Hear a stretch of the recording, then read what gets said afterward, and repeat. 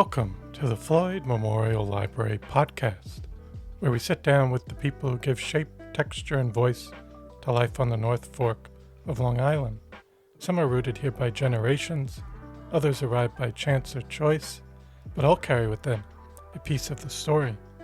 We talk about what's changing, what's worth holding on to, and the currents of history, both quiet and loud, that run through this place.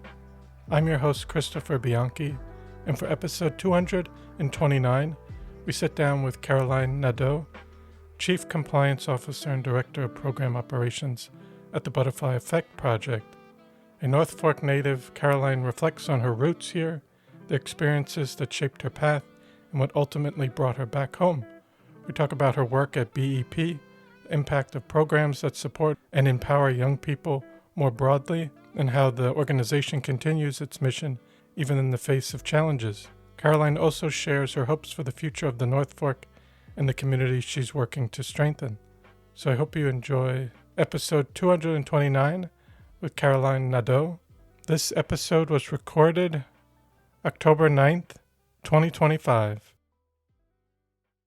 Thank you so much for coming on the Floyd Memorial Library podcast today. It's really great to have you on today. Thank you for having me. I'm very excited to be here. Definitely. And I'd like to just start off in the beginning, if you can tell us a little bit about your family's history on the North Fork. Sure. We've been here kind of a while. My grandparents moved here, I would say, probably in the 70s. So we've been they moved out to Southold and Cutchogue and eventually settled in Jamesport, like in the 80s. But my stepfather, his family came forever ago. You know, his grandparents had a house out here, so we kind of summered in Southold and stuff. So I've kind of been all over for a while. I grew up here, born and raised. And did they say, or did you get to meet some of your grandparents? Mm-hmm. Yeah. And did they say what really attracted them out here? Or? I think, the land obviously is everything, you know. Yes. My parents, when they were first married, they were living in Brooklyn, and then my father got a job out here, and it was like a no-brainer just coming out back where his parents were, and it was like a hidden gem, the best kept secret in New York, I think. Yes. Yeah. Well, it was. It was. Yeah. Yeah. And for you growing up out here, what are some of your earliest memories? I think always the summers have been so magical, you know, learning how to swim in the Sound and just the community. It's so close-knit. I think the whole North Fork, honestly. Just, you know everybody, and in a good way. It's wonderful out here. Mm-hmm. And then everything that the community leads, you know, the parades, the carnivals, it's just a wonderful place to be, to live, to raise kids. Mm-hmm. Yeah. And what activities would you do as a kid growing up As out a here? kid, we spent a lot of time at the beach. We would go to the Sound in the Bay. We'd go over to the ocean. My family spent a lot of time at the Custer Institute, actually, the observatory. Mm-hmm. Almost every Saturday we were there, late night. You know, everything that was out here. I mean, obviously it's changed much in those years, but yes. Yeah. Mm-hmm. And for school, where did you go for whether elementary, middle school? Sure. I grew up in Aquabog, so I went to Aquabog Elementary School, and then Pulaski, and then Riverhead Middle School and High School. And then from there, I went to FIT in Manhattan. And how was your overall experience going through Riverhead High School? I loved it. They had incredible programming. I studied Latin and ancient Greek. You know, I did all the AP classes, art history. They had something for everyone. Their sports programs were great. I really loved it. And now my kids are actually at Aquabog, so it's sweet to kind of be a full circle moment. Yes. Yeah. And did you gravitate towards any specific courses or subject matter? I was kind of an art kid. Okay. Yeah. So I did a lot of that. My intentions when I graduated was to get into art history. Mm-hmm. I'm sorry. Well, I did love art history. I studied art history, but also art therapy was kind of big for me. That's what you wanted to do. Yeah. I had been volunteering with East End Hospice at their Camp Good Grief. And I was really moved by the work that the art therapists were doing there. So that's kind of what I started out for. But I kind of got, sidetracked a little bit here and there. But Mhm. But I think like some teens coming out of the North Fork, they usually want to go away and experience something Yeah, else. Was that something going to FIT? absolutely. I couldn't wait. I thought, to move to the city and kind of get away from the small town. Hmm. And it's funny that, I did that. I moved to Manhattan. I lived in California for years. I lived in Annapolis, Maryland for a while, and I just couldn't wait to get back here. This was home and always will be, I think. Hmm. Yeah. And was there something that initially, or something that brought you back? Definitely family and the community. Hmm. My husband was in the military, so we moved around a bunch, and I kind of saw how important community and family and to have this tight knit kind of group is for everyone, Hmm. and how necessary that is. Yes. And how has your experience outside of the North Fork helped shape the way you approach your work today? I think again, it's the community. Yes. For our work at the Butterfly Effect Project, we have programming for these kids to kind of create a safe space and opportunities for them that maybe they in the current times can't see these doors that can be opened for them, and we're trying to open them for them. Hmm. um, but our program goes beyond that. Like, we touch more than just the kids enrolled in our program. We touch the families, their siblings, their parents, their grandparents, and then beyond that, like what we're doing for these kids, we're hoping kind of has a ripple effect into the community where they Hmm. can go back and help others and stuff. Yes. Yeah. And can you share how you first became involved in the Sure. Butterfly Effect project? Yeah, it feels like it was a long, long time ago. Actually, when our executive director and founder, Tijuana Fulford, was kind of starting out, she was an office manager at a doctor's office in Riverhead. And my mother was in pharmaceutical sales. She was calling on one of her accounts, and Tia was there. And she kind of started up a relationship with Tia. And I had been home visiting from the city, and Tia had sent home with my mom kind of like a flyer, a very primitive flyer for her vision of this program she wanted to create. Hmm. And it was the Butterfly Effect Project, and it was the beginning stages, right? Very grassroots, and I Hmm. kind of saw it and I was like, wow, this is incredible. We have to get involved. Hmm. And so we did. My mom started helping out at the chapter meetings, which at the time were just 8 girls. Tia would pick them up in her Honda, drive them to the library in the basement in Riverhead. Hmm. And then I kind of got on some phone calls with her, and we started to discuss what her mission and her vision looked like. And I think I started like an Indiegogo at the time, like one of the original like crowdfunding sites, which is kind of Yes. dating me. And from there, it kind of just really took off. So, and it has grown. We have like 700 participants, and we're across the North Fork. We're spreading to the South Fork. It's really wonderful. Yes. And you have a dual role there as the chief compliance officer and director of program operations. Was that Yes. something more recent or Yeah. over Yeah. time? So in the beginning, I was just kind of helping her out wherever she needed it. Hmm. And with this program, it's a nonprofit, so everybody wears a lot of hats. So this is kind of a new role that, since she's grown so much, she kind of needed some backup to, keep the organization in check, specifically because we're getting more funding. We just acquired a kind of a campus. So eyes are on us. And Hmm. if you're growing so fast, you need to have everything in order to have the confidence to keep going. And Hmm. that's kind of what I do. I kind of check all the boxes that need to be taken care of. Hmm. And were you surprised or just seeing it grow over that time? Was that something you were expecting to see? Honestly, I wasn't surprised at all. If you've ever met Tia, I mean, she's a force. If she wants something, she's going to get it. And Yes. and she just doesn't stop. I think even if the money hadn't come in and all the excitement and the funding didn't come, she still would have had the program. Hmm. She still would have been picking up kids in her own car, driving them, doing the program. Like, she's never going to stop. She would never stop for these kids, and that just shows. And if you meet her, she's a safe space and she's something to believe in and she's going to get it done. Yes. And what are some programs or initiatives at BEP that you're most proud of? Oh man, there's so many. There's a lot of little ones that you wouldn't even realize.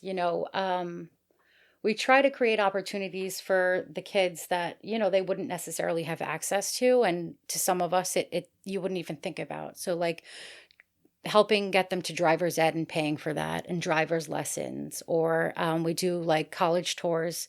We have one coming up like within the next couple of weeks where we'll take the kids and go visit different colleges, and helping with FAFSA and all of those kind of things that it depends where you are, if you're going to have help with that, whether your parents are helping or some kids don't have that. So Yeah, definitely. yeah, but there's so many. We have Adopt a Butterfly, where every kid in the program gets like they make a Christmas list and get all of their gifts. The community really rallies behind us and helps with that sort of stuff.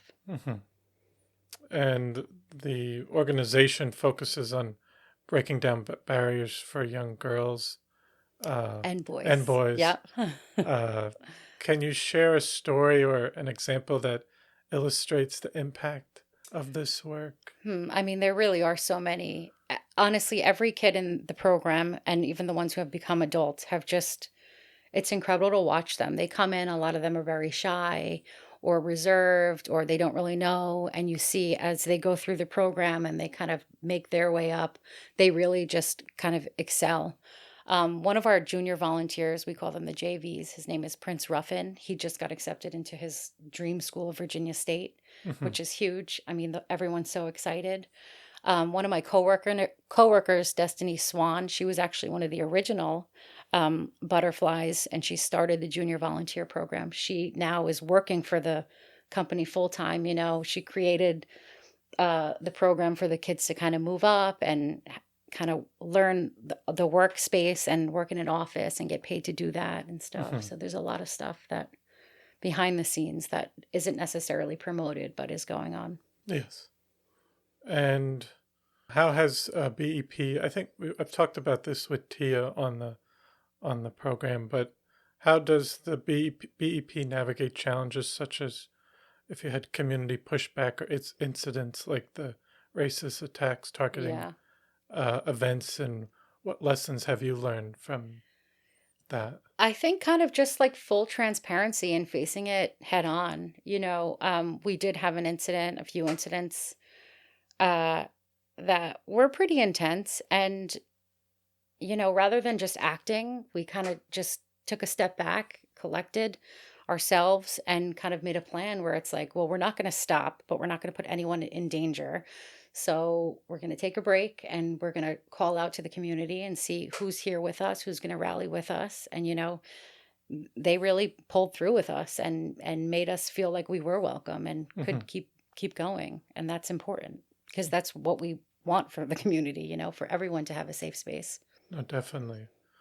And how do you balance the operational and compliance aspects of your work with hands-on, mission-driven work supporting youth? Yeah. I always say I kind of have like the boring job because I'm behind the scenes, but without me, if her mission is like the heart of the body, I kind of keep the body from falling apart, and she's moving so fast and it's incredible. But in order to have the confidence to do that, we have to make sure everyone is kind of where they need to be and everyone's safe, from the kids up to us, up to Tia, protected and have everything covered. And what about just other, I guess, looking ahead a bit, there are possible opportunities for opening up more chapters, whether on the South Fork or North Fork. Is that something that you're working on, and is that a lot of work? Just navigating. Kind of. We're actively kind of cold calling all of the schools and all the communities and just trying to get our name out there, because I think for a long time there was kind of not a stigma, but people had an idea of what our program was. And I think it was kind of a misconception. Our program is for everyone and it is really community based and community forward. So we're slowly inching our way into everyone's territory, which is exciting. Yes. Yep. And is it something for you to continue? This is important work for you to continue to do, but just balancing this and your other work that you're doing in the community, and having just raising your family out here, just juggling all of that. How do you prioritize? It's easy, you know. It feels like my family is a part of this like it's all one. Yes. You know, Tia at the office has created an environment where everyone is welcome, and it really is like, sure, we're creating these safe spaces for the children, but it's for everyone. Anyone involved in this program is part of the program. So Hmm. my position when she hired me, she knew I had three small kids, and I had been at home with them for so many years, and she knew how important that was for me. So the deal was, you know, it's me and my family. So Hmm. oftentimes you'll see my daughter at the office. You know, I work from home some days, and she's really good at creating an environment for everyone in the office to kind of have that work life balance be really, really fair. Hmm. And it's kind of a blessing. I don't know how I kind of fell into all of this. Yes. Yeah. And do you feel that there are, well, just challenges throughout the country and in the region where this organization can, like you said, provide a space if we're talking about just for kids living, I mean, going from school to home, but just having this other space is Absolutely. important that the town or the might not be able to provide. Yeah, absolutely. We were really fortunate to be gifted a space in Jamesport last year. And it's like a historic home, but then there's also a barn and a potato cellar Hmm. on the premise. And where our goal is to kind of renovate both into like a intergenerational kind of hangout and kind of like a learning space. So we're hoping to turn the whole place into a campus for the entire community. It wouldn't just be for kids, you know. We right now we do have, you know, we have programs for anyone in the community to come, like free events. We'll have for Hmm. Halloween, we're having everyone can come and bring their kids, but also we'll teach, you know, elders how to use technology and stuff. The kids will come Hmm. in and work with them and whatnot. Hmm. But yeah, I think with everything that's going on right now in our country, the Butterfly Effect Project is a good example of how you need to start at your community and give back to your community. And that's where the change really starts. Hmm. Yes, And I think focusing, especially right now, where you can see the change happening on the absolutely. local level. Yeah. And of course the kids are the future. Hmm. So we start there, and then it kind of ripples out into their families, into the schools, into all over, you know. Yes, and I wanted to switch just to the North Fork, separate from the organization, but I think you mentioned in the beginning a bit with growing up out here and seeing how things changed. But do you, if you missed anything of the Well, way, yeah, I mean, yeah, I kind of miss like you know, fall weekends driving, being able to drive out east if we want, or anywhere really, with leaving your not getting house. stuck in Yeah, Jamesport at the yeah, light? for having like an hour commute to go to the post office or whatever. But even with all of that, it's, you know, there's just still so much magic out here. Mhm. Um, yeah, it has absolutely changed. And that goes for our program as well, you know. The Mhm. demographic of the schools and everything out here has changed, but it's not a bad thing, you know. Like Mhm. there's tons of new business for everyone, and it's the whole world is changing, and I think in a good way, as long as we're kind of on par with that. And Mhm. yeah. Yes, but just from growing up here to coming back and raising your family here, what do you enjoy most about living and working out here? Yeah. Well, the land, you know, Hmm. the scenery, everything is incredible. You know, you go anywhere. The other day there was like a holiday, and we just went to Horton's Lighthouse. It was closed, and me and my kids, we just, you know, climbed the steps down, and it's just breathtaking. It's unreal that we live here. It feels as though it's another world, and we live where everyone vacations. Hmm. And again, that it's such a tight community. Like, it's so small town, the North Fork, and it's such a good thing. Like, your neighbors know you, your neighbors care about you. And we see that at the Butterfly Effect Project too, with the racist attacks that happened earlier in the year. We got so many phone calls of people just like, how can we help? We're here. Or people who are kind of moving out here to Long Island, they call and they're like, we just moved down the road. We saw your sign. We looked you up. We want to be a part of this. Like, can we donate? Can we give? Can we be there? And it's nice. No, I think I still see that because I've only been here for 3 years, but just the tight-knit community. And I think we're still a small enough region where people really come together, especially during tough times. Absolutely. Yeah. Yeah. And I think you kind of answered it, but I usually ask people towards the end what are your hopes for the future of the North Fork and its community down the line? What would you hope to see? That's a hard one. Just continuing on as a tight-knit community and being there for each other, It's nice when everybody is working together and not against each other. So just to kind of keep these programs going.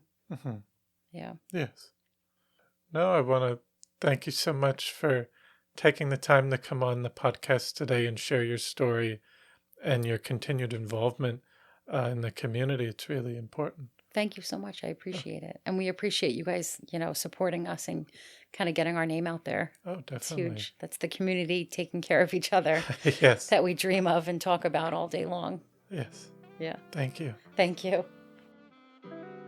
Well, I hope you enjoyed episode 229 with Caroline Nadeau. I want to thank you for listening to the Floyd Memorial Library podcast, and we'll see you next time.